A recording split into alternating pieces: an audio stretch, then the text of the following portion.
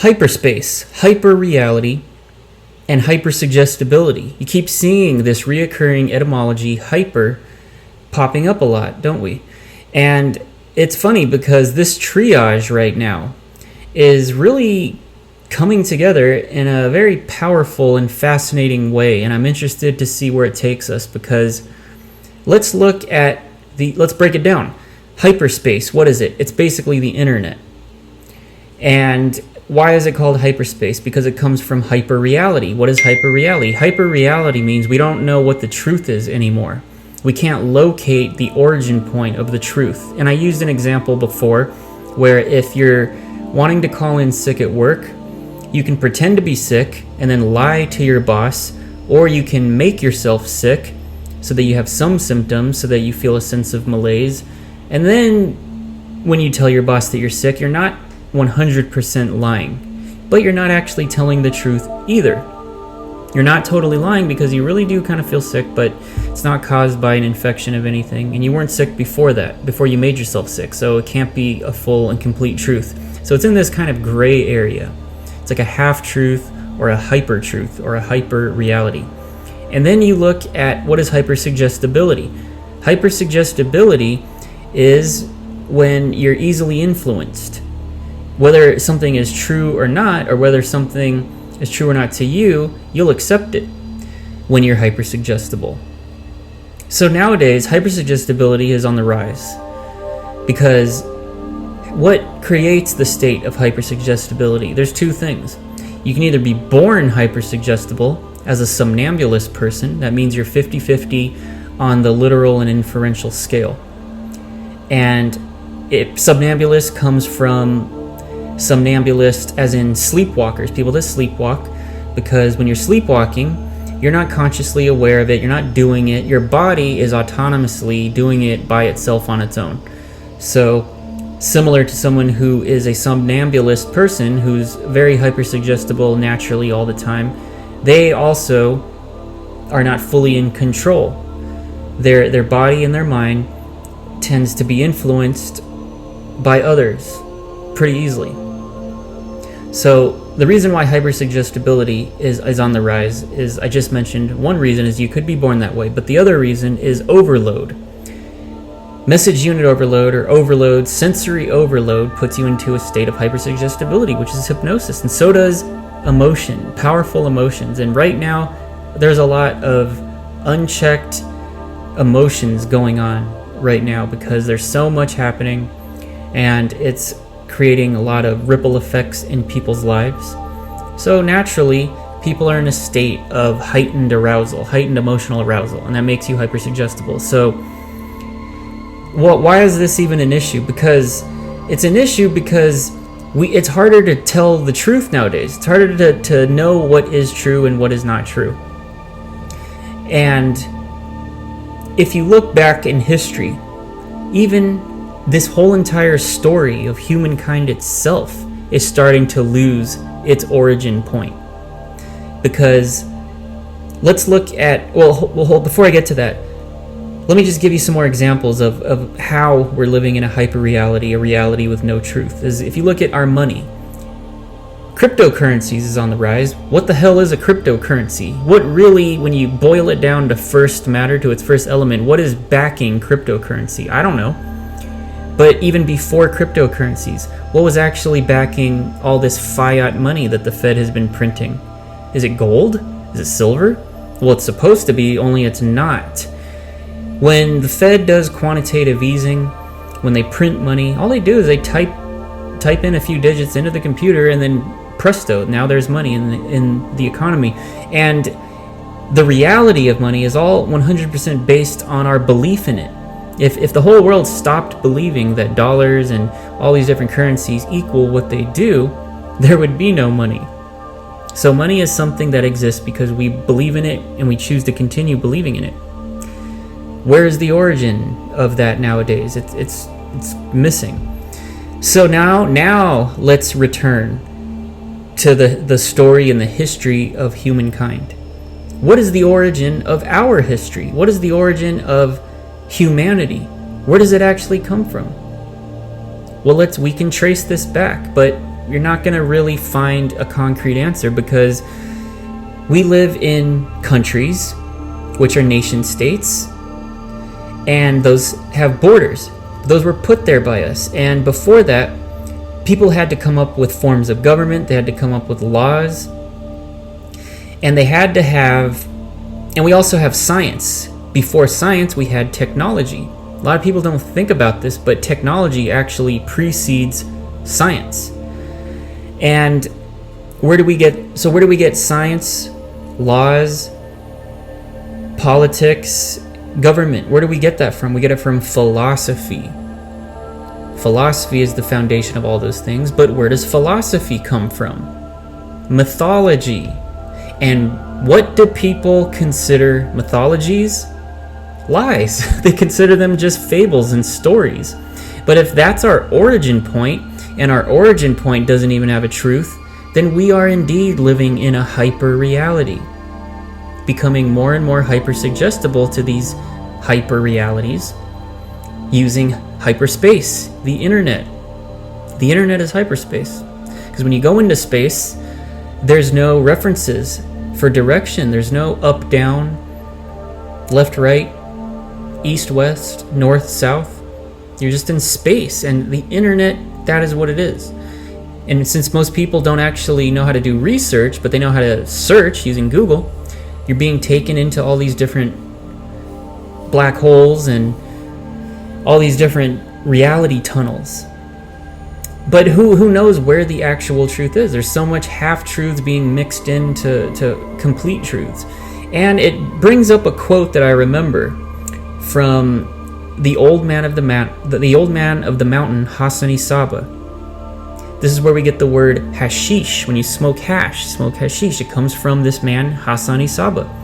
We also get the word assassin, to assassinate, an assassin. We get that from the name Hassan Isaba. So the madman, or the old man of the mountain, Hassan Isaba, has a quote, and it's, "There is no truth. Everything is permitted." And he said this way back before time itself.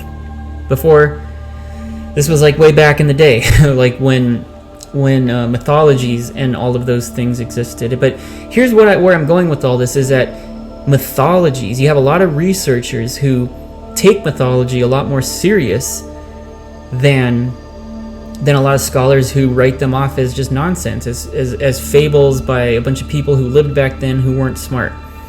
It's stupid. There is, the closer the source, the closer the origin. There is a wealth of knowledge that is missing from today's modern world that exists in our mythologies, our global mythologies all around the world. All these different cultures all have mythologies. So let's look for some of those common denominators. And I've been doing that for a long time. Another reason why this take a look at the world right now, and America is becoming a place of conspiracy theories where we just don't know what the hell is going on. I mean, I heard Donald Trump today was diagnosed with COVID. I don't even know if he really is.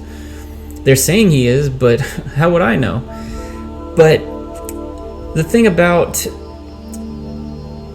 hyperspace, hyperreality, and being hypersuggestible is that maybe, in fact, the imago or the imaginal really is the truth. Maybe that is the truth, that there is no truth, and that the world is ours to create and to believe in whatever we want, if in fact we can make that happen.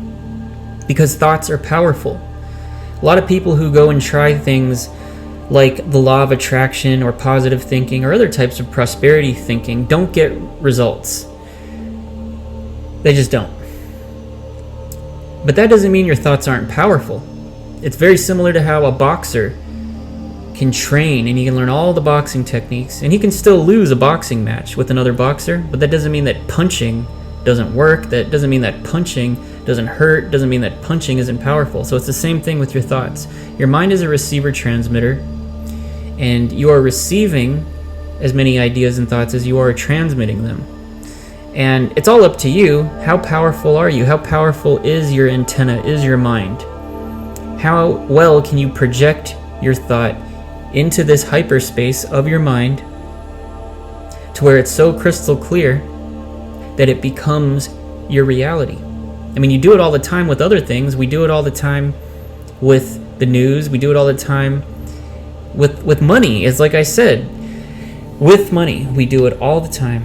And so you have to be the one to empower your weapon or your tool or your apparatus that you're going to use to project your thoughts. And that's up to you. And there's different things that you can do. You can concentrate, you can meditate, you can use hypnosis. You can practice self-hypnosis. And this is going to strengthen, fortify your ability to concentrate and to make that vision crystallize in this hard, three-dimensional reality. But be careful what you're influenced by. That's all I'm saying. Because the power of suggestion has traveled with this canon, with this trajectory of human history this entire time, but it's just not acknowledged until now. And of course, science will call hypnosis and the power of suggestibility something else. They'll call it a low arousal parasympathetic state. They'll call it all different kinds of things. That's what science does. It likes to complicate and confuse everything. So it's like so it gives us something that we have to work for in order to get it. You really don't have to, but when you do have to go through some kind of process of attaining something, it satisfies your critical mind. But it's just like marijuana. Like, people have been smoking marijuana for how many thousands of years, and you can even take anecdotes from people who have been smoking years for like 30 years straight, and you see how they are, and they're wondering, they're still trying to use science to figure out, is marijuana bad for you or is it not? It's probably not that bad for you if so many people are been using it for this long. Is it perfect for you? Is it going to make you smarter? Is it going to make you slightly more spacey? Probably, but so does a lot of things. So, hyperspace, hyperreality, hypersuggestibility. It's a triage, and it is impacting our world as we speak. And I've been into conspiracy theories before the internet.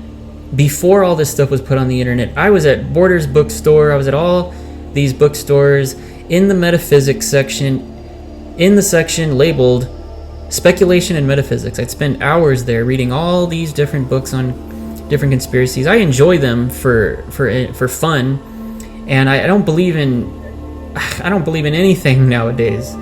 That's why I'm talking about this hyper realities. I don't even believe in anything nowadays. But why did I bring up the conspiracy? Oh, because we're living in a world filled with conspiracy theories. So, yes, I've been with David Icke and Jim Mars and Jordan Maxwell. I know all the heavy hitters in the conspiracy community. It's not that big a community. And like I said, before this was all put up on the internet, because after all this stuff got put up on the internet, it took on a life of its own. Because the floodgates opened, everybody is allowed to make new content, put a new spin on things, and it's conflated now. So this is what things have come down to, but it's still awesome. It's still awesome, and it's really fascinating though, because what the hell are UFOs? It makes me think about all these phenomenons, because we don't know what's real. We can't tell what's real anymore. So what the hell are UFOs? That's my question. Are we being observed by people from the future? Are they coming back for more genetic material because they've destroyed their world and they need to rebuild it using DNA from this one? I don't know. But I don't know, am I going to continue just being like a dog chasing its own tail, looking for the truth, never able to find it? Who knows? But we got to live no matter what. And so that's just something to spark up whatever is on your mind this week.